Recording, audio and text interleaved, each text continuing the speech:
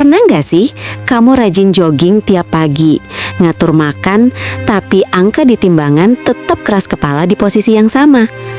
Rasanya seperti hubungan yang udah diperjuangkan, tapi nggak juga berkembang. Banyak orang akhirnya menyerah, berpikir mungkin tubuhku emang segini-gini aja. Padahal bisa jadi masalahnya bukan di niat, tapi di pemahaman. Fenomena sudah olahraga tapi nggak kurus-kurus ini bukan cuma dialami segelintir orang. Di media sosial kita sering lihat curhatan. Aku udah treadmill 5 kali seminggu, tapi berat badan malah naik. Atau aku udah berhenti makan nasi, tapi kok perut tetap buncit? Nah, disinilah letak jebakannya. Banyak orang terlalu fokus pada aktivitas fisik, tapi lupa pada prinsip paling dasar dari weight loss, defisit kalori. Kalori, kata sederhana yang sering disalahpahami. Menurut Dr. Mulnaya, dokter spesialis gizi klinik dari Siloam Hospital Lippo Village, kalori adalah satuan energi yang masuk lewat makanan dan keluar lewat aktivitas tubuh. Turun berat badan hanya terjadi kalau energi yang keluar lebih banyak dari yang masuk. Sesederhana itu. Sayangnya kesederhanaan itu sering dikacaukan oleh mitos. Misalnya, asal olahraga pasti kurus. Padahal, 1 jam jogging bisa membakar sekitar 400-500 kalori. Tapi segelas bubble tea bisa mengembalikan semuanya hanya dalam 5 menit. Jadi kalau kamu rajin olahraga, tapi makan tanpa kontrol, hasilnya nihil. Seperti nyapu, tapi jendelanya dibiarkan terbuka lebar. Mitos kedua, nasi bikin gemuk. Padahal bukan nasinya yang salah, tapi jumlah dan konteksnya.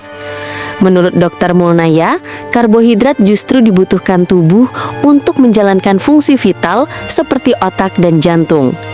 Diet tanpa karbohidrat bisa bikin lemas dan sulit fokus, jelasnya. Yang penting bukan menghapus nasi, tapi mengatur porsinya agar sesuai kebutuhan energi.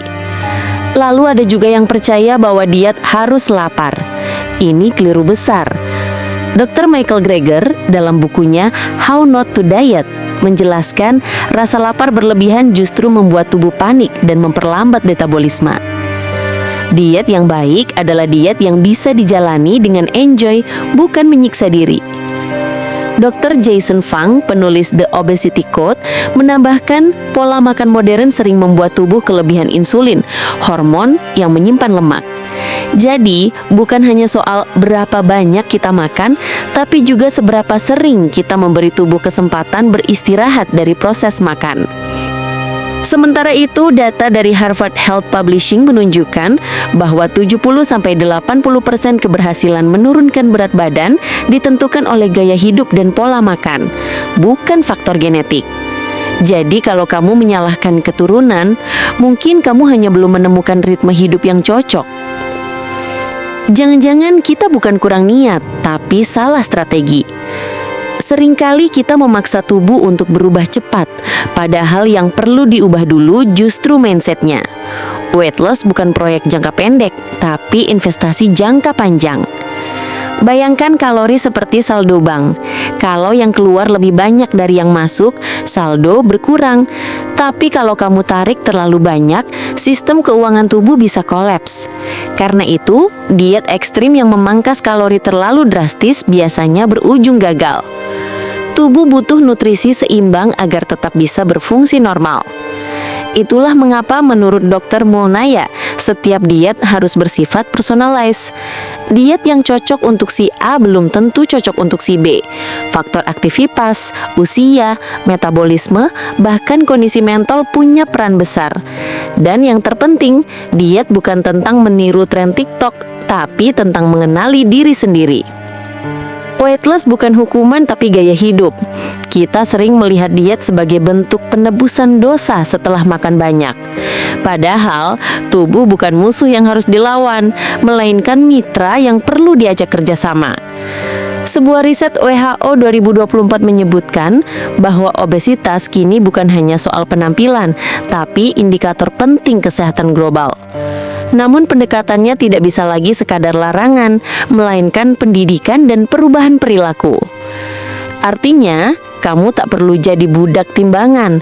Fokuslah pada pola makan seimbang, cukup tidur, olahraga teratur, dan manajemen stres. Karena pada akhirnya, penurunan berat badan hanyalah bonus dari hidup yang lebih sehat. Penutup, keseimbangan adalah kuncinya. Jack Canland, pelopor kebugaran dunia, pernah berkata, "Nutrition is king, exercise is queen. Put them together and you've got a kingdom." Kita tak bisa hanya mengandalkan satu sisi. Olahraga tanpa pengaturan makan hanyalah separuh perjuangan.